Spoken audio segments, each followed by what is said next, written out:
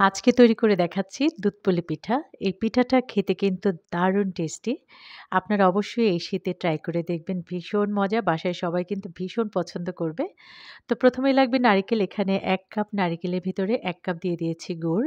একটা তেজপাতা ছিঁড়ে দিয়েছি, ২ টো এলাচি দিয়ে ভালো করে নেড়েচেড়ে মেশাতে হবে। একটা পর্যায়ে দেখবেন এরকম আঠালো হয়ে গেছে আর একটু তেলটাও ছেড়ে দিয়েছে নারকেল থেকে। তখন নামিয়ে রাখতে হবে। এবার আমি এখানে ১ লিটার দুধ জাল করে নিচ্ছি। একটা তেজপাতা আর ২ টো এলাচি, সামান্য ১ টুকরো দিয়েছি দারুচিনি। ১০ মিনিট জাল করে সাইড করে রেখে দিচ্ছি। এবার আমি খেজুরের গুড়টাকে গলিয়ে নিচ্ছি। আমি পাটায় ছেঁচে থেঁতো করে সামান্য পানি দিয়ে গলিয়ে নিলাম। অনেক সময় দেখা যায় খেজুরের গুড় দুধের ভিতরে দিলে দুধটা ফেটে যায়। আমি যে পদ্ধতিতে দেখালাম আপনারা যদি এটা ফলো করেন তাহলে কিন্তু দুধ কখনোই ফেটে যাবে না। এবার আমি আটার কাই তৈরি করার জন্য এখানে ১.৫ কাপ পানির ভিতরে সামান্য লবণ দিয়ে যখন ফুটে উঠেছে তখন ১ কাপ দিয়েছি চালের গুঁড়া, ১/২ কাপ দিয়েছি ময়দা। ঢেকে দিয়েছিলাম উপর দিয়ে যখন পানিটা গড়িয়ে গেছে তখন ভালো করে মেশাতে হবে আর অন্য একটা পাত্রে ঢেলে ঠান্ডা পানি দিয়ে হাত ভিজিয়ে একটা কাই তৈরি করে নিতে হবে। সফট করে করবেন।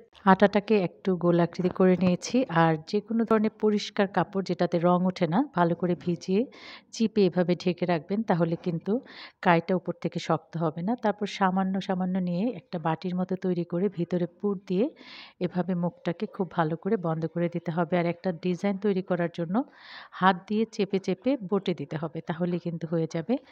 আর এই পিঠাটা খেতে যে কতটা টেস্টি আপনারা বাসায় তৈরি করলেই বুঝতে পারবেন। আর বানিয়ে নেওয়া তো অনেক সহজ দেখেই বুঝতে পেরেছেন। তো এভাবেই কিন্তু আমি সব পিঠাগুলি তৈরি করে তারপর রান্না করে নেব।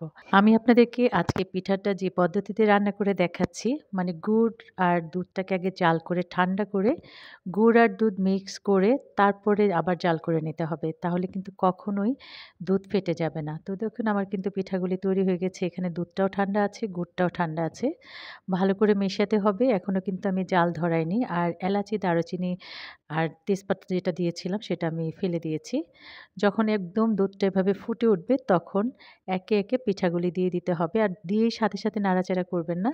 ৫ মিনিটের মতো রাখবেন। যখন একদম খুব ভালোভাবে বলক উঠবে তখন ভালো করে ১০ মিনিট রান্না করে নিলেই হবে। নামানোর কিছুক্ষণ আগে ১ টেবিল চামচ চালের গুঁড়া দুধ দিয়ে এভাবে গুলিয়ে দিয়ে দিবেন। খেয়াল রাখবেন যেন কোনো প্রকার দলা না থাকে। তাহলে দুধটা অনেক ঘন লাগবে আর একদম ফিকশার মতো হয়ে যাবে। আশা করছি আজকের রেসিপি ভালো লেগেছে। যারা আমার ভিডিওটি দেখছেন চ্যানেলটিকে সাবস্ক্রাইব করে পাশে থাকবেন। আজ এই পর্যন্তই। আল্লাহ হাফেজ।